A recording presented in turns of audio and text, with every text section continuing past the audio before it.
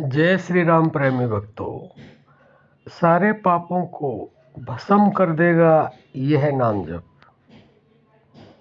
बंधु, सुनने में तो बहुत अच्छा लगा, लेकिन कौन सा नाम जप जो सारे पापों को भस्म करेगा?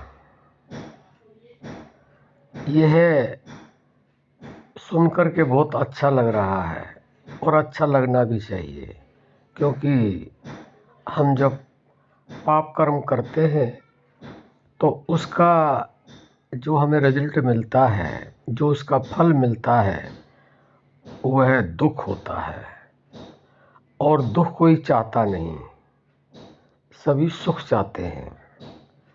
लेकिन नाम की महिमा अपरंपार बताई है, लेकिन वह नाम जब किस तरह से किया जाए, किस समय किया जाए, जिससे हमारे जो प्रारब्ध के पाप हैं वह भी समाप्त हों और जो अब पाप हमसे बन रहे हैं वह भी समाप्त हों। लेकिन इससे अच्छी एक बात हम और भी बता देते हैं। केवल पाप भस्म होने से ही बात बनेगी नहीं, हमें अपने पुण्यों को भी भस्म करना होगा। अब आप ये सोचेंगे पुण्य भस्म कर देंगे तो हमें सुख कैसे मिलेगा? हमें तो सुख चाहिए। लेकिन आप यह भी समझ लें, अगर आप पुण्य करेंगे तो आपसे पाप भी होगा। इसलिए पहली बात तो आप अपने विचार को बदलें कि हमें केवल और केवल पाप को ही भस्म नहीं करना है, समाप्त नहीं करना है, हमने पुण्य को भी समाप्त करना है। क्योंकि पुण्य और पाप का जोड़ा है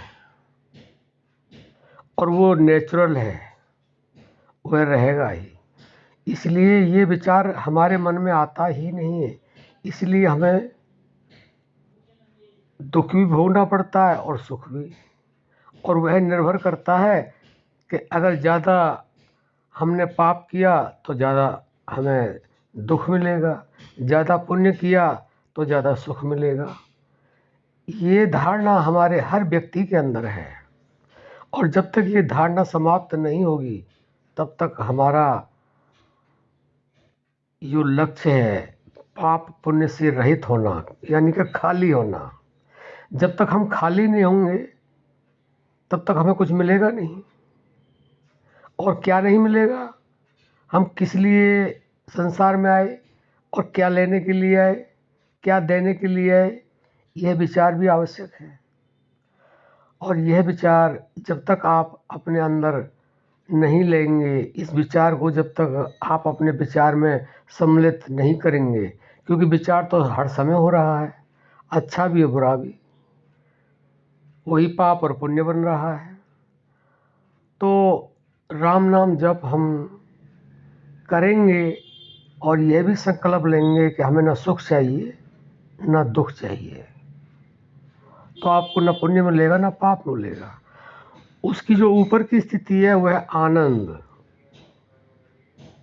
आनंद एक ऐसी वस्तु है कि उससे आपको परमानंद तो प्राप्त होगा, क्योंकि वहाँ पे भी जोड़ा है आनंद और परमानंद।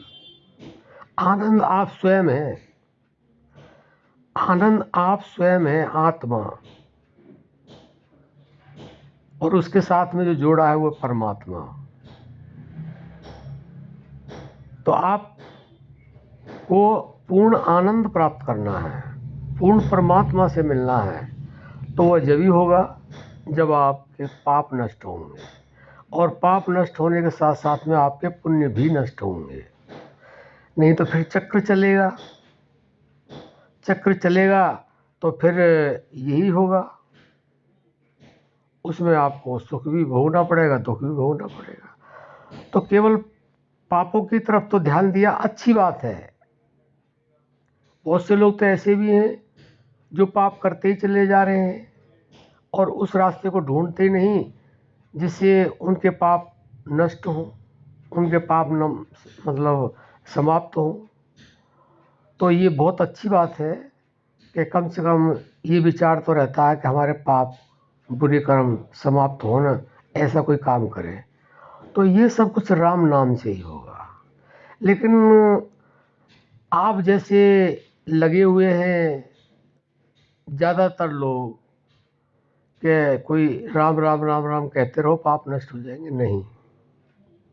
राम बोलते रहना, राधा बोलते रहना, कृष्ण बोलते रहना, मंत्रों का जाप करते रहना, इससे कोई पाप समाप्त नहीं होंगे, इससे आपके पुण्य समाप्त नहीं होंगे, इससे कुछ भी नहीं होगा।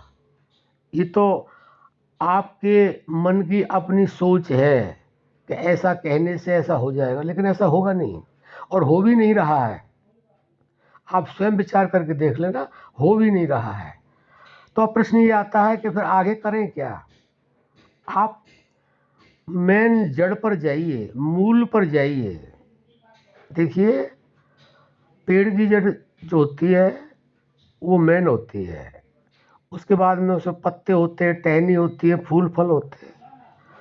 तो जब तक पौधा छोटा होता है, पेड़ नहीं बनता है, तो उसकी जड़ में पानी दिया जाता है, मूल में पानी दिया जाता है, खाद दी जाती है, उसकी देखभाल भी की जाती है, तब जाके वो बढ़ता है। उसके बाद में फिर बाकी सारी प्रक्रियाएं होती हैं।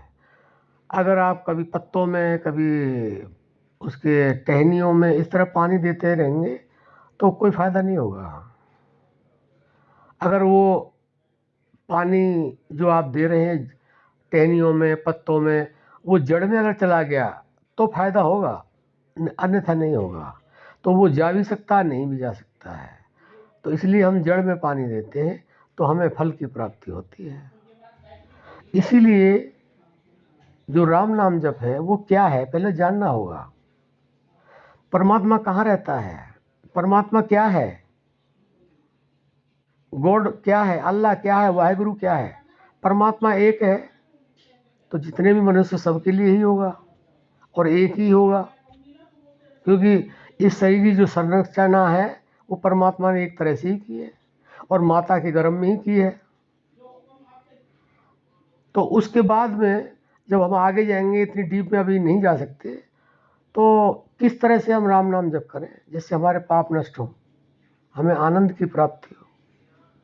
तो उसके लिए आपको श्वासों का जप करना होगा, प्राण जप जिसे कहते हैं। क्योंकि जब तक आपके शरीर के अंदर प्राण है तब तक आप कुछ जो है वो है। अगर प्राण नहीं है, आपके अंदर श्वास निकल जाते हैं तो कुछ नहीं है आप।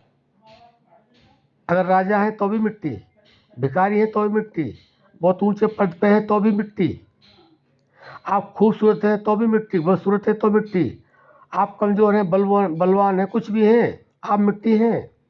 आप स्वयं विचार करके देखना। तो जब तक आप अपने अंदर उस प्राण शक्ति को पूरी तरह से नहीं जानेंगे, श्वास के बारे में अच्छी तरह जानकारी नहीं होगी और वो आपके मन के अंदर नहीं बैठेगा, तब तक आपका कोई पाप पुण्य समाप्त नहीं होगा, आपको सुख मिलेगा भी नहीं। अब आप ये भी कह सकते हैं कि जो राम नाम जप नहीं करते, जो श्वासों के बारे में जानते ही नहीं, और किसी गुरु से ऐसा ज्ञान लिया ही नहीं जो गुरु हमें प्राण जप बताए और उसके बारे में समझाए, तो आप ये समझ लें उन्होंने पिछले जन्म में, चाहे कोई भी जीव है, उसने प्राण जप किया है, ये निश्चय है। ये कहीं लिखा हुआ नहीं है लेकिन हम कहते हैं उसने वो प्राण जप किया है, उस परमात्मा अल्लाह वाहेगुरु गॉड से मिला है। और जब तक उसका प्रभाव रहेगा, वो कुछ भी ना करे या करे या बुरा करे अच्छा करे, वह फलता फूलता रहेगा। क्योंकि जब तक वृक्ष जमीन में, जब तक सूख नहीं जाता है, जब तक गिरता नहीं है, तब तक वो फल और फूल देता ही रहता है। इसीलिए हर व्यक्ति का जो प्रारब्ध है वो उसे पाप और पुण्य देता ही रहता है, उसी से उनको सुख और दुख मिलता रहता है। ये लोग जानते नहीं हैं। ये नहीं है कि हमारे शास्त्रों में, ग्रंथों में, उपनिषदों में जो लिखा हो वही है। आज विज्ञान कितनी तरक्की कर रहा है। विज्ञान क्या है, ज्ञान से विज्ञान है। विज्ञान से ज्ञान नहीं।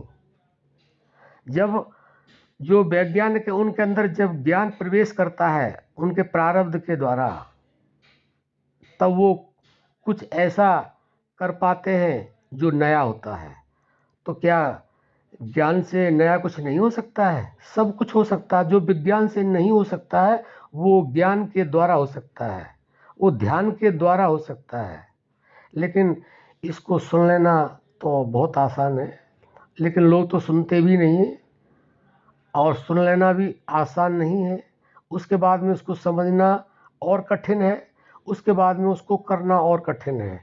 जो ध्यान से सुनते हैं और समझते हैं और करते हैं और निरंतर करते हैं, तो ज्ञान वह देता है जिसके बारे में वाणी कह नहीं सकती है, वाणी वह मौन हो जाती है।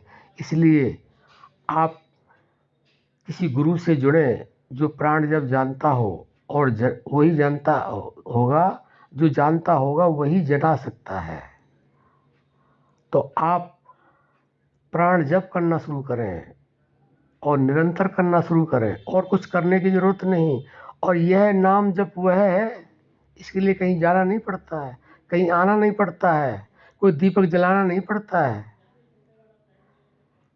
कहीं भी कर सकते हैं, किसी भी जगह कर सकते हैं, क्योंकि भगवान का जो नाम है वो शुद्ध करता है, अशुद्ध नहीं करता है। अशुद्ध जो करता है वह नाम ही नहीं। जिसके लिए शुद्धिकरण करना पड़े वह नाम नहीं। आप समझ सकते हैं वो क्या है, वो धोखा है।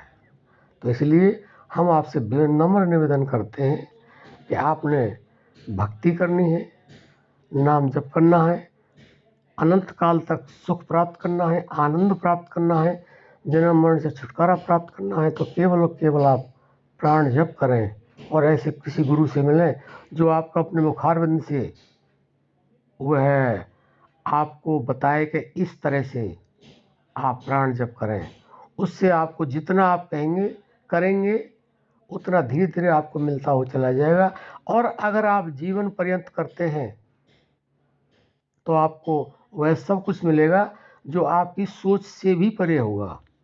तो आशा करते हैं इस तरह नाम जप करो तो पाप तो भस्म होंगे ही, नष्ट होंगे ही, बाकी आपको वह सब कुछ मिलेगा जिसके आप अधिकारी हैं। अब हम अपनी वाणी को विराम देते हैं। जय श्री राम।